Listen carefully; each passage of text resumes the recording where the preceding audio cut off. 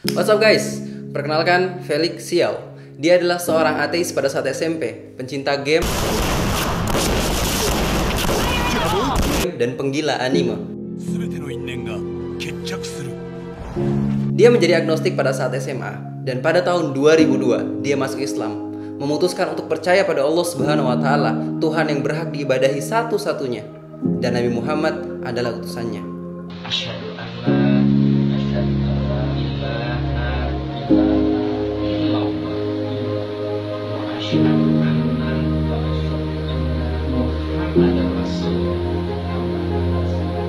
Sejak saat itu, dia berubah.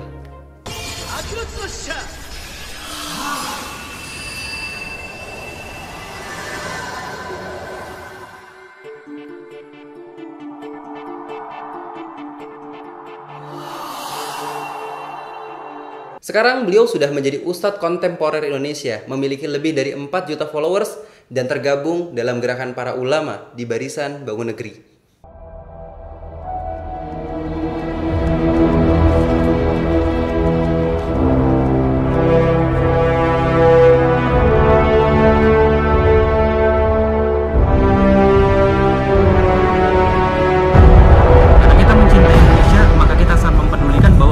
Indonesia adalah Islam.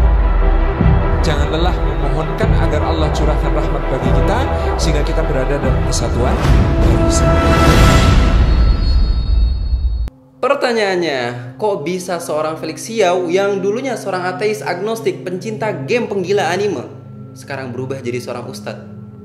Jawabannya adalah informasi. Ketika Felix Xiao masuk Islam, beliau selalu mendatangi kajian, belajar dengan para ulama, membaca literatur Islam, dan menyampaikannya kembali kepada orang lain. Apa yang membedakan Felix Xiao yang dulu dengan yang sekarang? Informasi. Dulu informasi yang masuk ke otaknya hanya game dan anime, tapi sekarang informasi yang masuk ke otaknya referensi Islam. Nggak mungkin kita mikir kalau nggak ada informasi, dan kita tidak mungkin tidak berpikir kalau ada informasi. Dan informasi itu otomatis masuk. Bedanya orang pinter sama orang bodoh, orang pinter sering nelen informasi baik, orang bodoh sering nelen sampah masuk ke badan dia. Maka manusia ini kayak teko, garbage in, garbage out. Kalau yang masuk sampah keluar sampah, kalau yang masuk teh keluar teh, yang masuk susu keluar susu. Teh, susu, sampah tadi itu informasi. Oh ya, dua hal yang membuat manusia tumbuh dan berkembang, yaitu makanan fisik dan makanan non fisik. Makanan fisik, you know what I mean lah, kayak nasi, tahu, tempe, ayam, ikan, sayur-sayuran, buah-buahan. Pokoknya segala sesuatu yang masuk lewat mulut, dicerna oleh perut, itu makanan fisik. Tapi ada satu makanan yang jarang orang tahu yang bisa membuat dia berubah secara drastis. Apa itu? Informasi. Segala sesuatu yang masuk lewat mata dan telinga itu akan membentuk pola pikir. Pola pikir akan membentuk keyakinan. Keyakinan akan membentuk tindakan. Perbuatan yang diulang secara terus-menerus akan membentuk siapa diri kita. Informasi yang buruk itu lebih berbahaya dibandingkan makanan yang busuk. Karena jika kita mengkonsumsi informasi yang salah, pornografi misalnya, maka besar menjadi pelanggan pornografi seumur hidup dan mengalami kerusakan otak di bagian PFC. Awalnya, ia akan kehilangan konsentrasi, penurunan kemampuan menimbang benar dan salah, serta berkurangnya kemampuan mengambil keputusan. Lama-lama, besar kemungkinan ia akan melakukan masturbasi, oral seks, hubungan seksual suka sama suka, dan mudah berganti-ganti pasangan seksual.